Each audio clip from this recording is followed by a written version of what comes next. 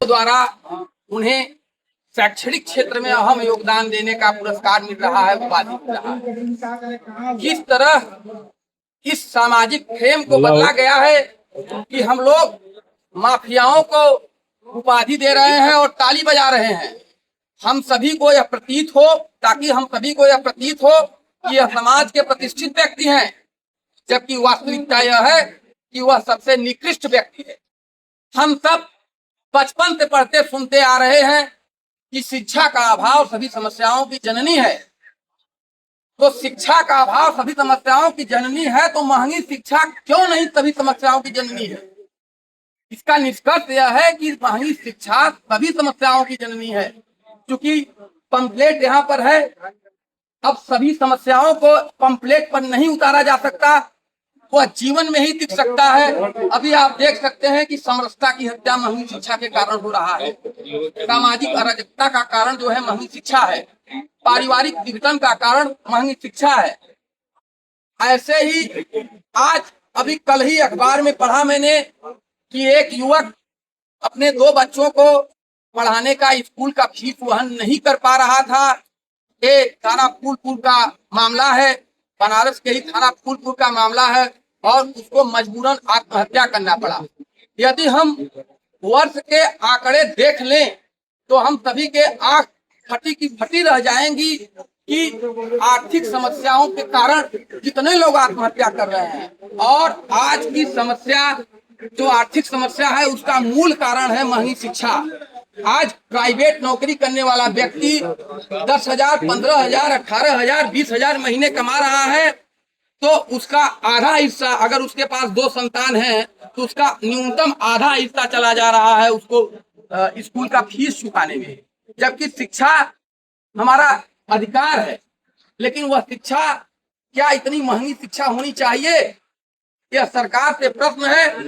यह अभी जो ताजा मामला चल रहा है कि 5,000 स्कूलों को बंद किया गया।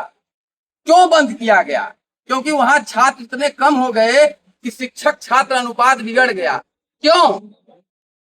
महंगी शिक्षा के जो विद्यालय हैं उनको इतना हम लोगों ने आइकान बना दिया सरकारी व्यवस्था के अंतर्गत, जो फ्रेम बनाया गया। जैसा मैंने पूर्व में कहा कि जो शिक्षा माफिया हैं उनको समाज के प्रतिष्ठित व्यक्ति के रूप में हम लोग देखने लगे, और महंगी शिक्षा के बावजूद हम संस्कारों से भी कटते जा रहे हैं।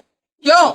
हम सेंट जोसेफ में पढ़ा रहे हैं बच्चों को, सेंट जॉन में पढ़ा रहे हैं बच्चों को। वहाँ किसी देवी देवता का चित्र नहीं होता, वहाँ ईसाइयों का वह क्रॉस लटका होता है। हम 10,000, 12,000, 15,000 महीने फीस देकर के अपने बच्चों को ईसाइयों के स्कूलों में भेज रहे हैं, और वहाँ से शिक्षा के बजाय वो ईसाई मिशनरीज के कुचक्रों को सीख करके और उनको जो है हम अपने सामाजिक धर्म से भी च्युत हो रहे हैं।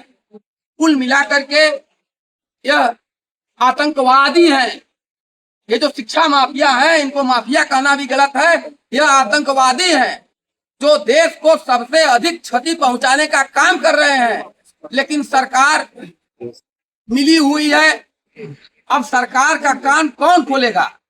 जो चुनते हैं सरकार को वही कान खोल सकते हैं। आज लंबे समय बाद इस तरह का आयोजन हो रहा है।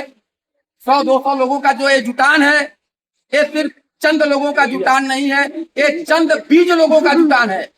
जैसे एक बीज से एक वृक्ष होता है, उस वृक्ष से फिर करोड़ों वृक्ष पैदा हो सकता है उस बीज से। तो ये जो जुटान है, ये जो संख्या है, ये बीज संख्या है। अगर समय रहते सरकार इस पर नहीं चेतती है तो सरकार को इसकी भारी कीमत चुकानी होगी। इसी के साथ अपने विचार को समाप्त करते हैं। धन्यवाद। साथियों, आज पूरे देश के नौजवानों से, जिनके पास एक बच्चे हैं 5 साल के हो चुके हैं, अगर आप उनसे पूछिए, उनसे कहिए कि एक बच्चा और पैदा करिए, तो पूरे भारत